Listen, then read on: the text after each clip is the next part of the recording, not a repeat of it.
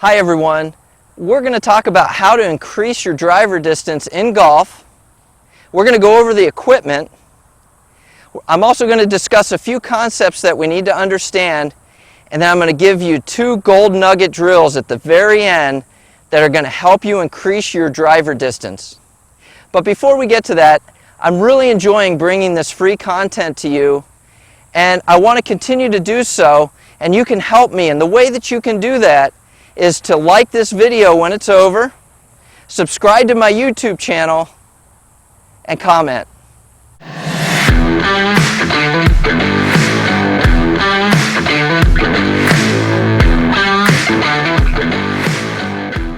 So the first thing we're going to talk about to increase our distance driving in golf is we're going to talk about our utensil, or the driver. And I want to discuss something very important with you. There's an epidemic in golf right now. And that epidemic is people think that they hit it further than they do, and they think they swing it faster than they do. So to give you an idea here, I teach in Naples, Florida, which is a retired demographic. I would say the average clubhead speed that I see with the driver for men on my lesson tee is 80 to 85 miles an hour. If I see somebody over 90 miles an hour or pushing 100 in this retired demographic, they're very, very good players. Now, how does this affect the equipment that we're using? Most people think they hit it further than they do. They think they swing it faster than they do. So they use these tip stiff shafts that don't help keep the ball up into the air. The ball actually falls out of the air too quickly, and so they don't optimize their distance. Now, I know enough about this stuff to be scary, but here at my golf school, I've partnered with True Spec Golf, and they specialize in getting the right equipment into everybody's hand. And they do something else. They do a few things which I really like. First, they're brand agnostic. So they use TrackMan technology, which is another thing I like, and I use it at my golf school. So they're going to be able to measure your clubhead speed, and then because they're brand agnostic, they're going to put every major manufacturer, Cobra, Ping, Titleist, TaylorMade, Callaway, anything you can think of, they're going to put it into your hand to see which one you swing the fastest and hit the furthest. And they can also, I'm looking at their building right here, they've got over 100 shafts in there that they can find what's going to give you enough spin to keep the ball in the air, but not too much that it actually balloons, and not so little spin that it actually falls out of the air. So I highly recommend spending 90 minutes with them. I find at each one of my golf schools that there are people who have the wrong equipment in their hands for sure. So take the time and visit them and make sure that you have the right driver in your hand. It is the first step in making sure that we're increasing our driver distance, that we're hitting it as far as we possibly can. Okay, so one other thing I want to discuss as it pertains to fitting is Bryson DeChambeau right now is turning the PGA Tour on its head with what he's doing with driver distance. And some of you may have heard he's using a 5-degree driver. And when we're fitting, what we find, remember the average speed that I see on my lesson tee for this demographic is 80 to 85 miles an hour. To have a 5-degree driver, that just does not work. So what we do is we find putting more loft, again, to keep the spin up, launch the ball high enough that it can stay in the air and travel further. So if you think of a quarterback throwing a football, they're going to throw it further by throwing it up into the air versus throwing it level to the ground or a quick pass. That gravity just pulls it to the ground quicker. So please, I hope it doesn't turn into that the new craze is everybody's taking loft on their driver. It fits a guy that's swinging at 130 miles an hour plus, not necessarily somebody who's swinging in the 80 to 100 mile an hour range. So the first thing I want to do, I have TrackMan hooked up here. I haven't made any practice swings, so this will be interesting, but I want to make a swing and just get a baseline of what my club head speed is here. And as we go through the lesson, see if we can increase my club head speed, which is in turn going to increase my driver distance. So just going to do the best I can without too much warming up and see if I can hit one down there and get a club head speed reading.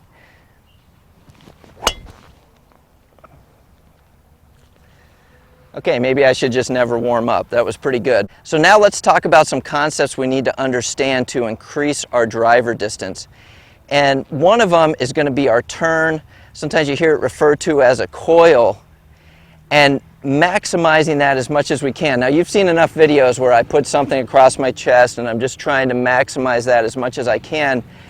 I saw in Golf Magazine years ago, and Stuart Sink, he used it for his feel, and I think this would be a great way to really feel yourself opening up and optimizing your turn.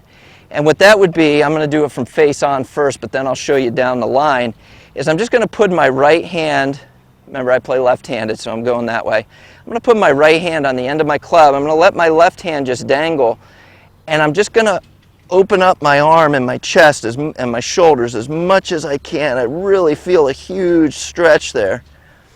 And then I'm going to do the other thing, the same thing on the other side of my body.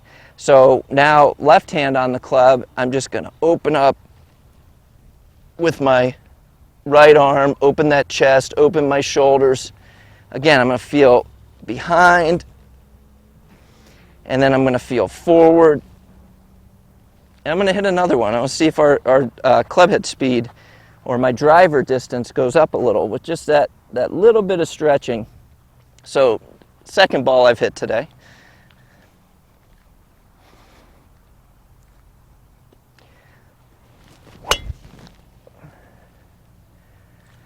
Okay, so I can't look at the TrackMan numbers right now, they're back there, but definitely felt faster to me. Felt like I was loosened up and could get a little further back. Now there's one other thing that we can do that will help us to optimize that turn. And I forgot to show you guys down the line, so I'll do that now. So here's that drill. Again, right hand on the top of the grip. I'm going to go ahead and open my chest and my shoulders to you. I'm stretching as much as I possibly can. And I'm going to turn. I'm going to do it the other way. Perfect. So the other thing that we can do with this to kind of help us turn as much as possible is I can drop my trail foot back. So for me, that would be my left foot. For a right-handed player, it's going to be the right foot. But I'm going to drop that back, and I'm just going to feel, just allows me to create a little bit more turn in that backswing and just get a bigger arc and hopefully create a little bit more club head speed, which is going to help me to increase my driver distance.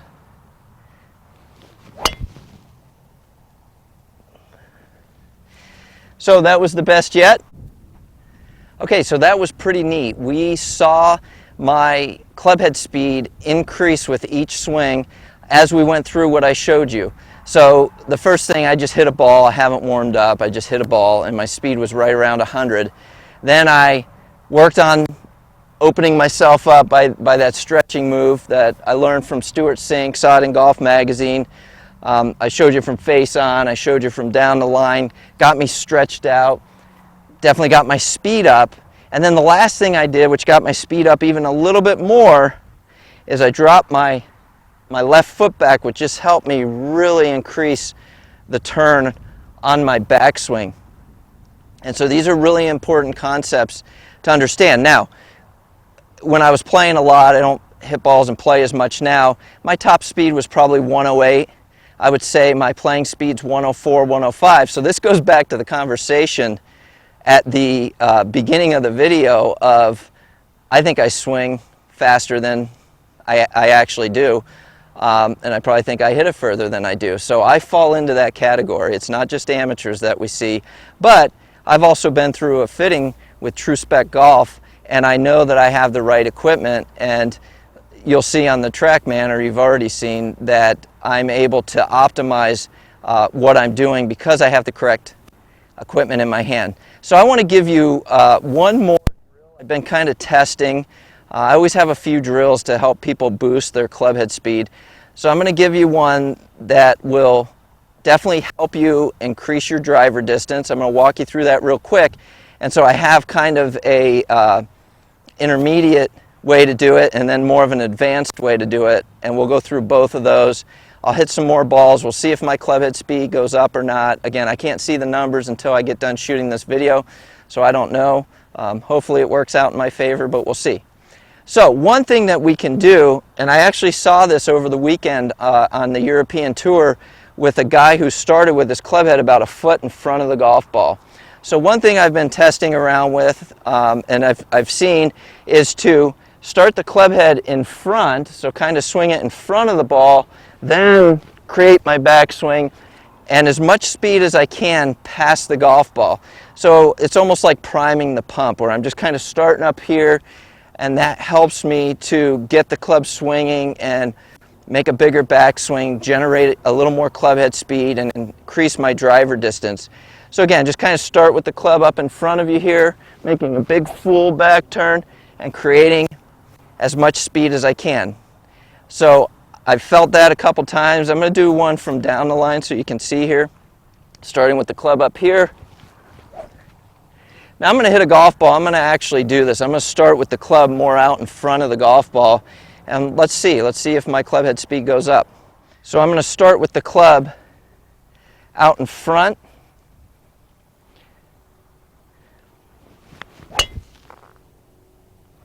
And not my best shot, but we'll check the club head speed and see what we got there. Now, as promised, that would be kind of an intermediate way to do it, or a starter way to do it. An advanced way would be, as the club, I start it in front of the ball again, as the club comes back, I step into my left foot, and then I step back into my right foot. So I'm just adding, it's all about being more dynamic. So I'm adding some dynamic speed here, some dynamic movements to create some dynamic speed. So I'm stepping back as the club goes back and then into it. And this will be my last swing. Find a good ball here. Now, please do not try and hit balls doing that, stepping back and then stepping back into it. It's again for me to create more speed, a feel of more speed that I can put into the golf ball. So I take that feel, I get into my shot, and I'm going to put everything that we talked about here together.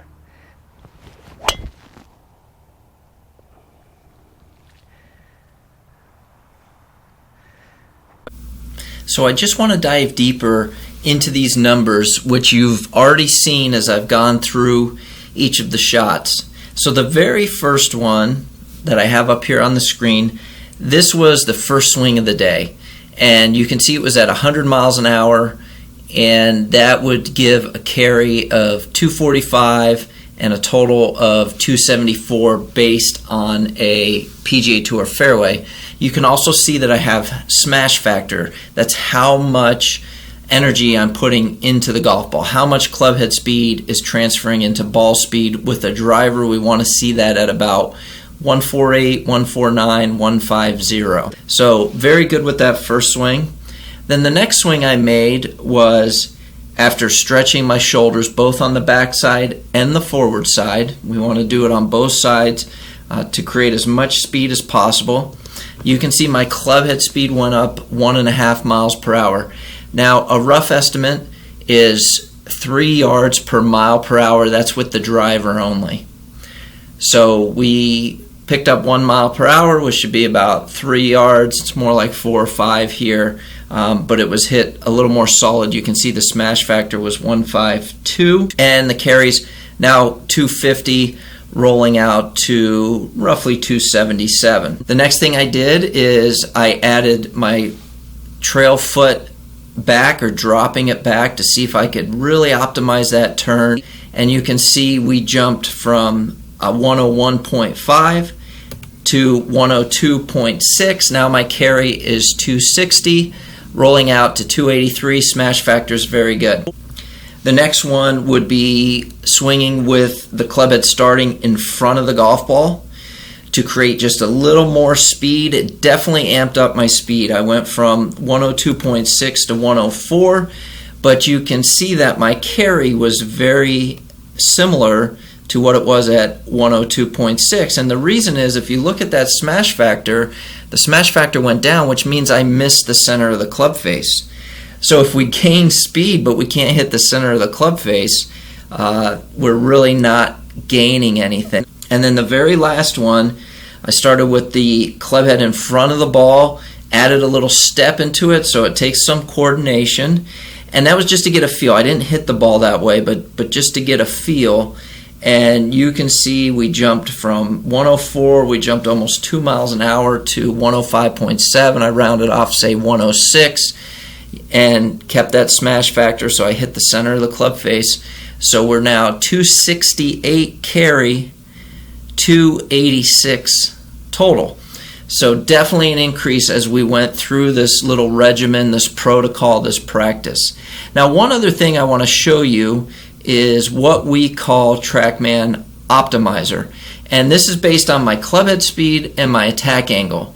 So TrackMan can calculate and say, okay, that ball should travel 247 in the air, it traveled 245. It should roll out to 273, it rolled out to 275. Reason being, it was a little low on spin, so it had a quite bit of rollout. But notice, all these orange numbers are in the blue, which means I optimized at that clubhead speed and that attack angle. And you'll see something interesting as we go through these shots. So the next one, again, I'm at about 101, which is really my cruising speed, probably close to my playing speed these days. And again, I optimized. 254, I got 250. They wanted 280, I got 277. All the orange are in the blue, we optimized again. Even at 103, we optimized. But then when we get to 104, now remember I missed the center of the club face, so the smash factor came down, and I lost some ball speed. So they wanted it to travel 258 in the air, which it did. I just didn't quite get the rollout I could have, but notice these orange numbers start to come out of the blue. So when I start to swing that fast, I don't know that that driver's really set up. That shaft and the configuration of that head is set up. We'd probably have to bring a little more loft off the club when I swing that quickly. And then the very last one here, again, it's splitting hairs, but I did not optimize. All the orange are not in the blue. I didn't miss it by much, but I did miss it. And again, it looks to the club, and so you can see the importance of the first segment and having a club that is fit correctly for each of us. So now you know how to increase your driver distance in golf. You understand the importance of your utensil or the driver that's in your hand and having it properly fit. I taught you the concept of creating a bigger turn or a bigger coil to increase our clubhead speed, and also dropping that trail foot back. For me, it'd be my left foot. If you're a right-handed player, it's going to be your right foot. And we saw the distance go up. We saw the clubhead speed go up as we went through all these things. And then the last one was a unique little drill where we kind of start the club head in front of the golf ball. We gain a little more speed on the backswing to gain a little more speed on the downswing. And an advanced way of doing it, adding a little step in there to continue to boost your club head speed, which is going to increase your overall driver distance. So I hope you've enjoyed this video. I have 2 more playing here right now that I promise will continue to help you improve your game. And remember, please like, subscribe to my YouTube channel, and comment.